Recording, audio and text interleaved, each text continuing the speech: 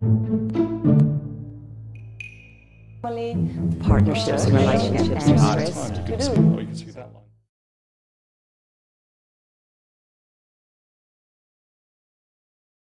I've known Janet Laurence for a long time because, because I've known her, and that's that. But I've worked with her as one of the artists one of the 27 artists we represented at Sherman Gallery. The reason Janet and I have worked together for so long is that for the first time, in SCAF, that is the foundation, which is in its 5th year now, we are working together with an artist that we represented previously in the commercial gallery. So the first question I wanted to ask Janet is to comment on the hiatus or the differences or the kind of gap between, on the one side, her exhibition work, the work that she does in the studio for exhibitions where you don't know who the audience is. Well, I guess you never really know who the audience is going to be, but you're really just working within your own space and your own head, utilising your own research, and then it goes into a show somewhere. And then on the other side, the many public commissions she's been involved in, SCAF being one of them, but we're going to set that aside and deal with that separately. The ones I'm thinking of, and the ones that the Sherman Galleries was involved in at a particular time, was the Changi Airport in Singapore. That was the last project we did. The first and business class lounges at Sydney International Airport. Edge of Trees, of course, was one at the Museum of Sydney. Olympic Park in the shadow, some of you might have seen that one. The War Memorial in London. You could even go to Veiling Space at the Uniting Church in Paddington under Rod Pattenden, which is one that we had something to do with when we were working together at Sherman Galleries. And then finally After Eden. So on to Janet now to talk about how she approaches the studio work, and on the one hand, and on the other hand, where she's got an actual commission for an actual body with an actual price and an actual deadline associated with it. Here is quite a major commission that I did. It's called the CH2 building in Melbourne. And it's a piece, this was the most green building in Sydney, in Melbourne, in the Southern Hemisphere at the time it was built. And I was invited to work on it before the building was actually built. And why I'm bringing this up, because this was an extremely idealistic thing where, as artists, we chose our sites. We worked with the architect on the whole philosophy of the building, about a totally green building. And because I'm so interested in working with environmental issues and with trying to create sustainable sort of places, this was an idyllic project for me to be involved in, and it followed straight after the Olympic work. Because I guess the issue, as Jean's brought up, is the very difference between somebody suddenly inviting you into a project that may have it just comes out of the blue sometimes. That suddenly got interesting because I know that secretly this building's on an electrical site, which for me immediately conjures up a kind of interesting idea, because I think for me, I couldn't take on a commission unless I could conceptually get involved with the idea of what that building's about, what that space could be about, because I'm very attached to my own concerns, and I need to work with those so that my public artworks aren't really that separate from the concerns of works for exhibitions. Often it gives you an opportunity to be extremely expansive in ideas in your own work that you could never do within a gallery. Because I only take a project if it's if I know that conceptually I can really get involved, if I know that the client really wants the art, because often they don't. Often it's a council or a developer or somebody who says, oh, we've got to have a bit of art, and then they treat the artist so appallingly, they treat the art so appallingly, they cut the budgets, they don't bother lighting it, they don't bother doing anything you want.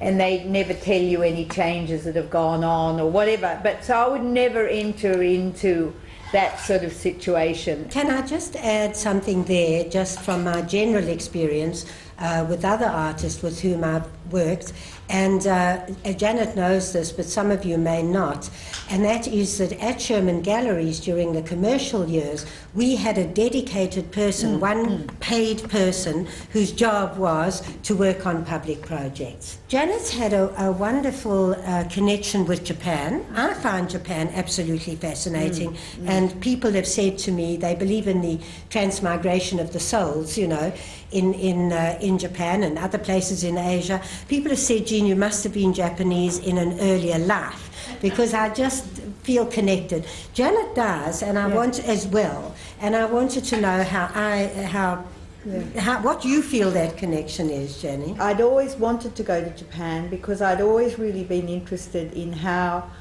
art and architecture kind of dealt with the idea of nature.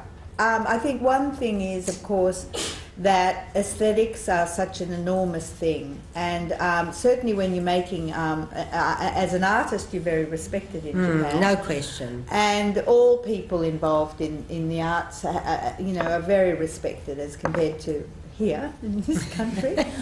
And I think if you do go to make a work, like public work or something in Japan, you are given incredible support, care, and enormous, and a real interest, and you know, question. You know, my first show in Japan in the Seibu department store, believe it or not, department stores were one of the major places to have shows. I had a slight woodwarping problem, and I had people coming in there for a long time and examining the detail of this thing, and the professor of wood from Tokyo University came in. It was like this huge conference. I mean, here nobody would have even noticed that there was a slight warp, but it was the most amazing thing, this incredible attention to detail. And I'm also very interested in gardens and gardening and everything, and there again I found a fantastic connection with Japan. I must say that, you know, Janet's experience echoes my own on the other side, not from the artist's point of view, but from the curatorial or the organiser's point of view. But I got a shock when I first saw Tokyo.